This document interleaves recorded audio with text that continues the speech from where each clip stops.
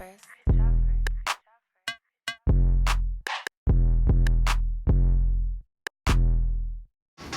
Hey, I'm Faith Mullen. And I'm Trinity Gowdy, and this is our first crash course, and today we're going to be talking about the problems of the economy.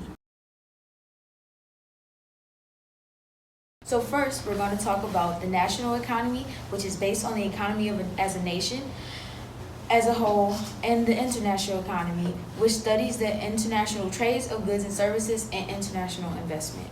But we aren't just going to talk about our own economy. We're going to talk about the economy of South Africa and its domestic growth.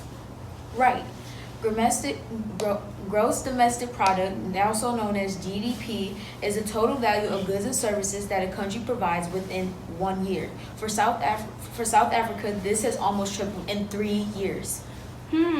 How could you connect that to the real world?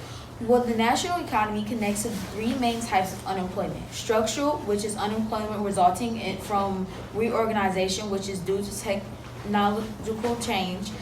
Friction, where unemployment is due to people moving from one job to another.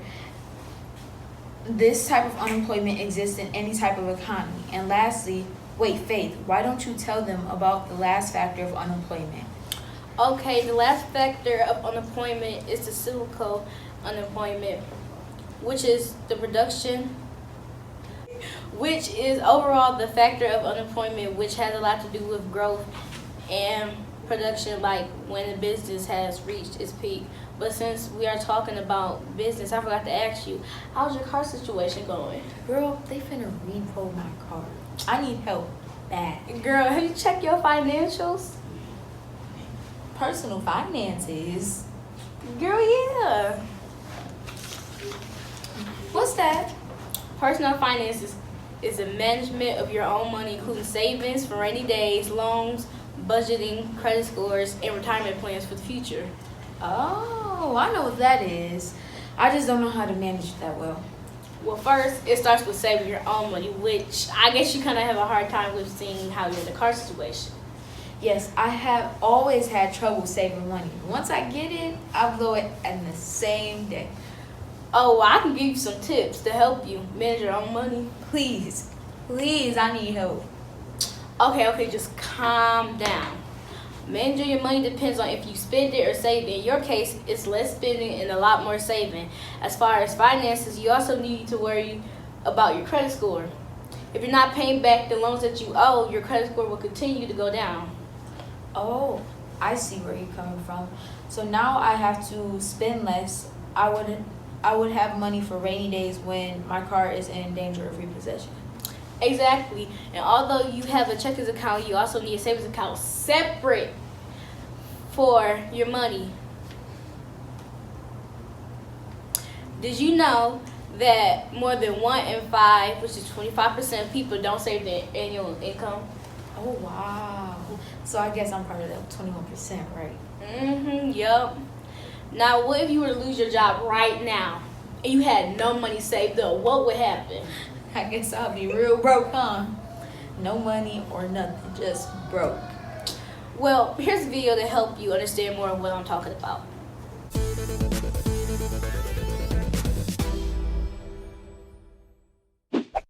Whether you started thinking about it because of a New Year's resolution or because you're trying to save up towards a big purchase, a personal budget is a great way to help you save money and become more efficient in your financial life. There are 4 major types of personal budgets you can create. Let's talk about it. The first method is very simple, pen and paper. Just itemize your spending or create spending categories on a piece of paper and keep track of money earned or spent throughout the month. On the upside, it's a cheap and simple way to budget. On the downside, it can be cumbersome to update it, and God forbid you actually lose the piece of paper.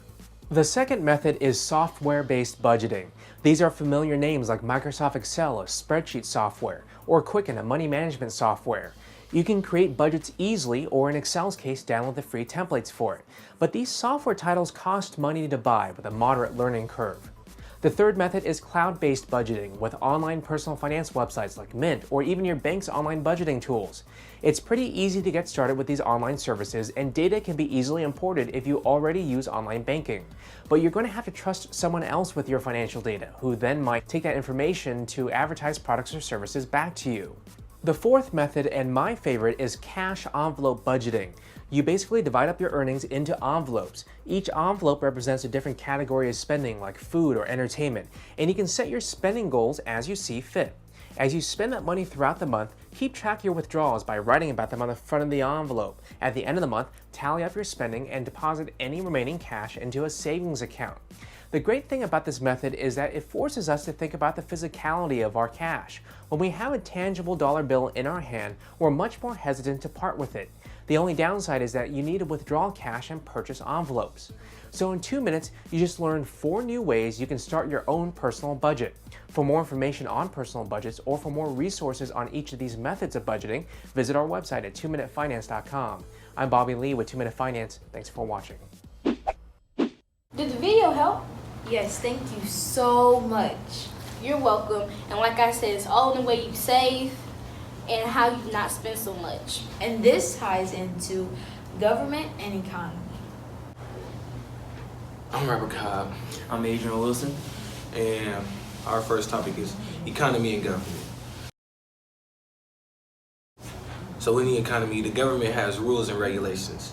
Most of the regulations are collecting taxes and spending taxes. The government rules the economy in more behind-the-scenes ways, like establishing property rights, issuing money, and regulating stock markets. Like an example of some of the things that the government regulate are alcohol, tobacco, firearms, and explosive. Alcohol and tobacco taxes, which goes back to something else the government has control of. The Trade Bureau, or TTB, is what collects the taxes from alcohol, tobacco, firearms, and ammunition.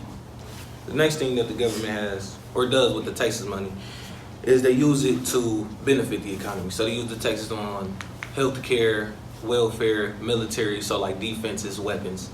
And they also use it for funding for the schools. And they do all that to make the economy better.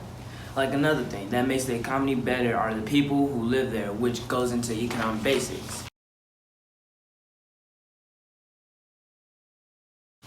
Economic basics is a concern with the charge of human towards increase and decrease in prices of goods and services on how people achieve their wants and needs while they're interacting in the process of buying and selling products. Humans have unlimited desires, but the means of production being finite and limited labor, land, and capital varies. Trade-offs are made to be located the resources in the most efficient way possible. The country politically stable with a well capitalism banking system.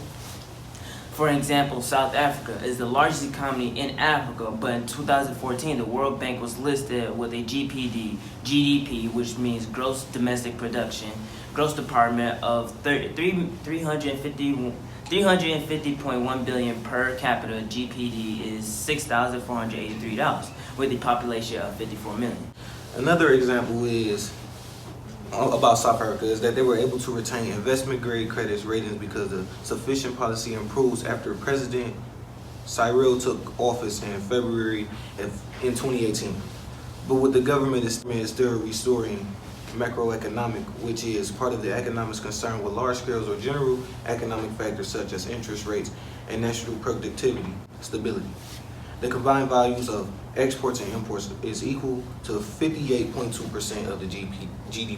To go in more into exports and imports, the value of exports and imports, which is the average applied tariff. A tax duty, and tariff is a tax or duty to be paid on a particular class of imports and exports is 4.5%. All right, so the next thing is the economic systems. There are 4 economic systems: traditional, command, mixed, and market economics. So the first one is traditional. The traditional economic system is the economic system which traditions, customs, and belief help shape the goods and services of economy products, as well as rules and manners for their distribution. For example, people who live in tribes, they fish and hunt. That is a part of their tradition. Or like the people in Japan, how they grow their crops and rice, soybeans, wheat, barley, and large varieties of fruits and vegetables. Next up is the command economy. This is the economy in which production, investment, prices, and incomes are determined centrally by a government. In short, it just means that the government runs everything, like Cuba, North Korea, and the former Soviet Union are examples of countries that have command economies, while China maintained a command economy for decades. before transitioning to mixed economy that features both communistic and capitalism elements. And speaking of the next is mixed economy, an economy system believing which combine private and public enterprise. An example is the U.S. We have businesses that people own help the economy. So there's a lot of businesses that we own ourselves, and then there's a lot of businesses that the government own, like healthcare. And then finally, we have market economics, an economy system in which production and prices are determined by unrestricted competition between private-only businesses. Like the U.S., they own companies to have set prices and how they want to run things. But the government has set rules and regulations such as minimum wages, antitrust laws, and must be followed.